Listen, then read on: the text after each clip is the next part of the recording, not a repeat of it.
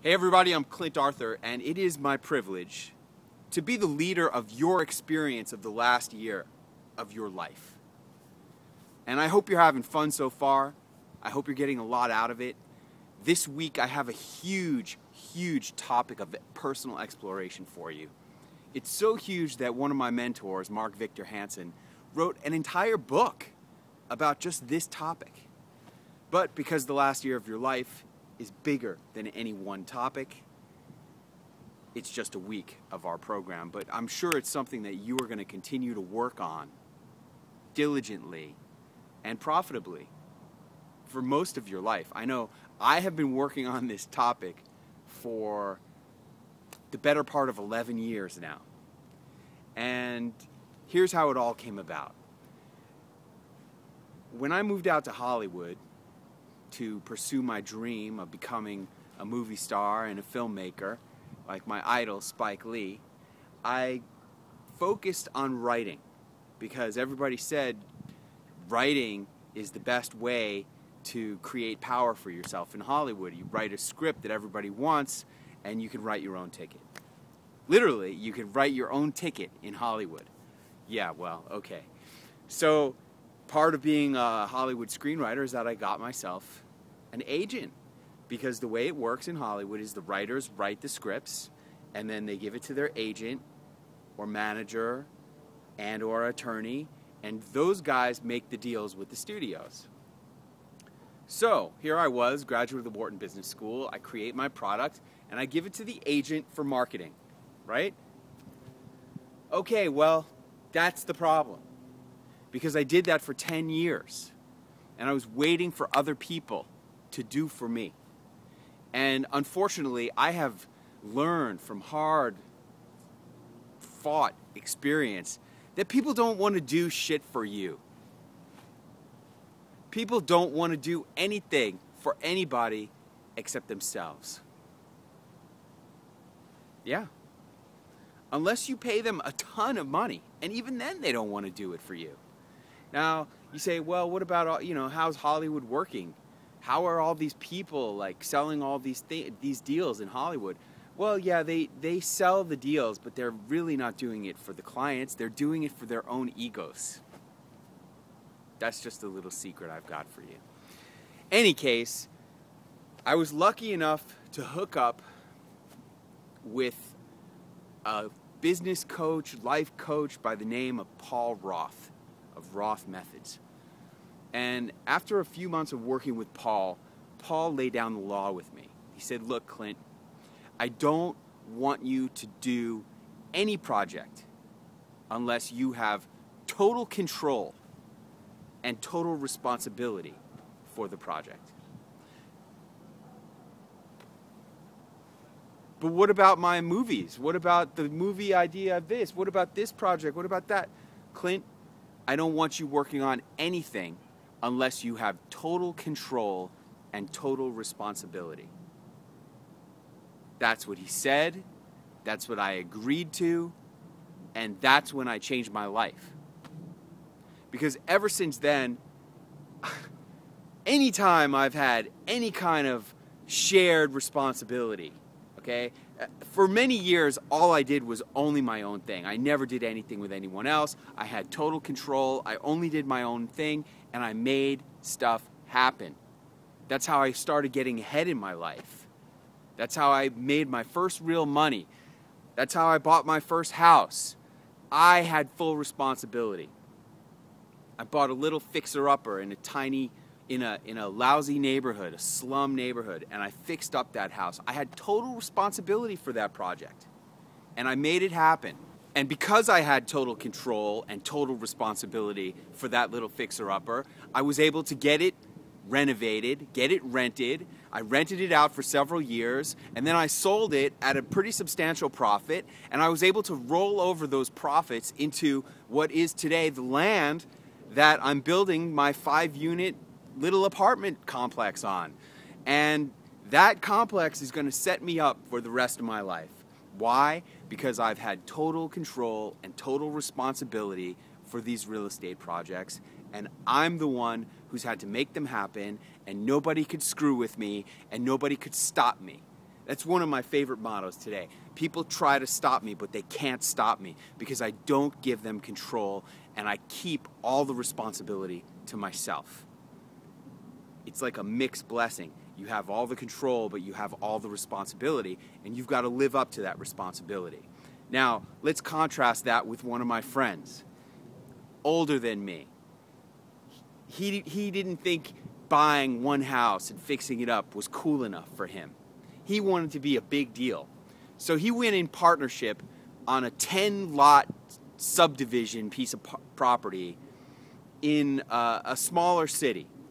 And this was like 2004, 2005, during the real estate boom, and he had a partner. Well, of course, he ends up in a lawsuit, right? Of course, he misses the whole real estate boom. His 10-lot project that was going to be so cool and was going to make him all this money ended up being a loser because he didn't have control. He had a partner. He shared the responsibility.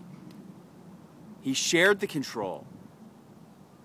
See, growing up is about taking responsibility. That's what it really is all about. It's about saying, this is what I want, and this is what I'm willing to do to make it happen. These are the sacrifices that I'm willing to make. I want this, and I'm going to make it happen. That's what growing up is all about. That is what taking responsibility is all about.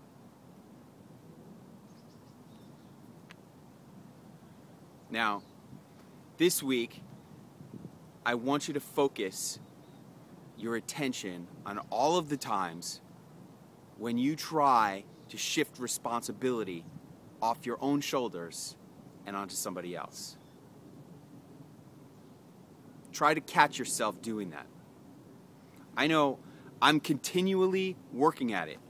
When stuff goes wrong in my life, generally the first person that I want to blame is my wife. Generally, I try to find some excuse or reason why it's her fault. I can't believe I still do this, but I do. Now, sometimes it is her fault, but most of the time, it's my own fault.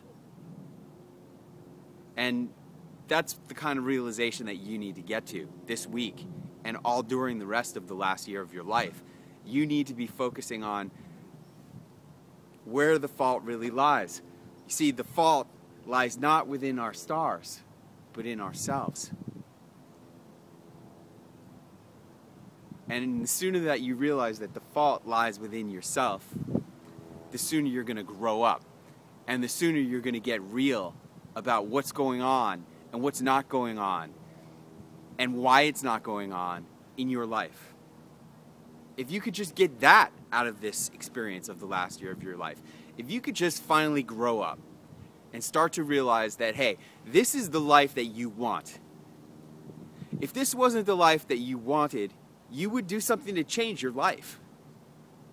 But since you're not doing anything to change it, then this must be what you want. Or if you are doing something to change it, that's great. You're taking responsibility and you're growing up. And that's what this week is all about. And I'm sure this week is just going to be the beginning of a long voyage of personal discovery about who is really to blame. Whose responsibility this whole thing really is.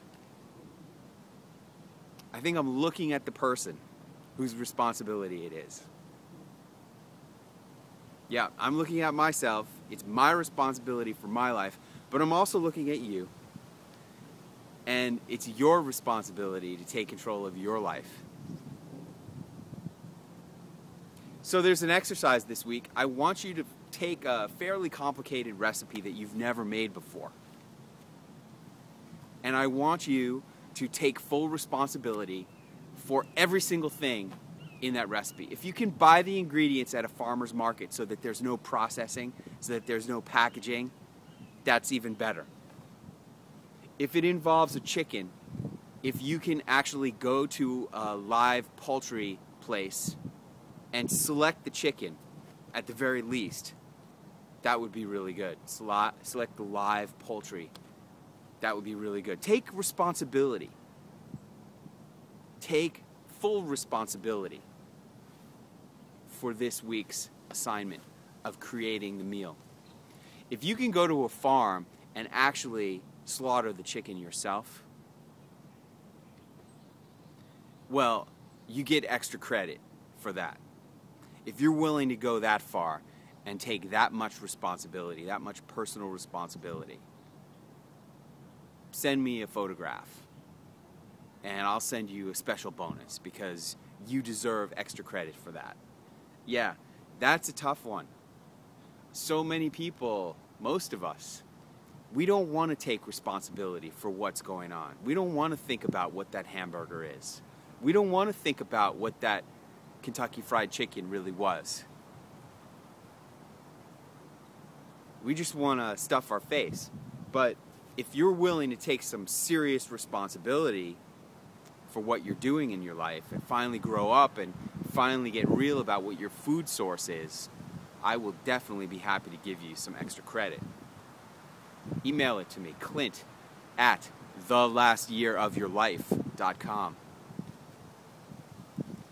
Look, you don't have to go to the poultry farm and do it, but if you do, I guarantee it's going to change your life if that's the first time you've ever done it.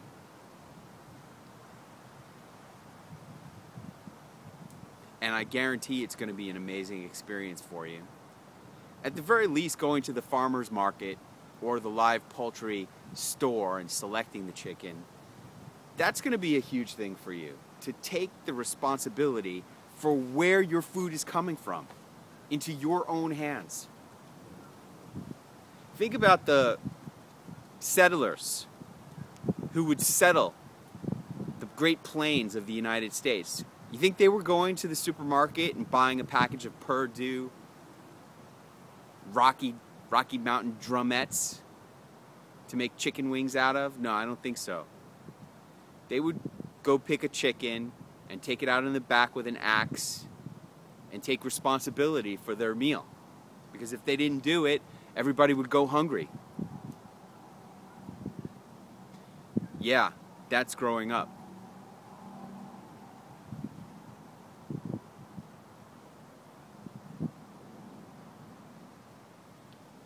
You may be terrified by the whole concept. I bet you're terrified about just going to the live poultry market and selecting a live chicken and telling them, okay, that's the chicken I want, and then 5 minutes later, they hand it back to you in a bag. I bet that sends a shiver of fear or anxiety down your spine. Be honest. Does it?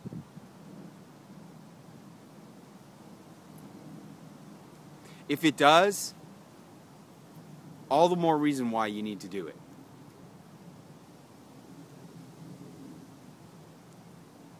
All the more reason. Have you ever done it? Or has it always been a package of Purdue?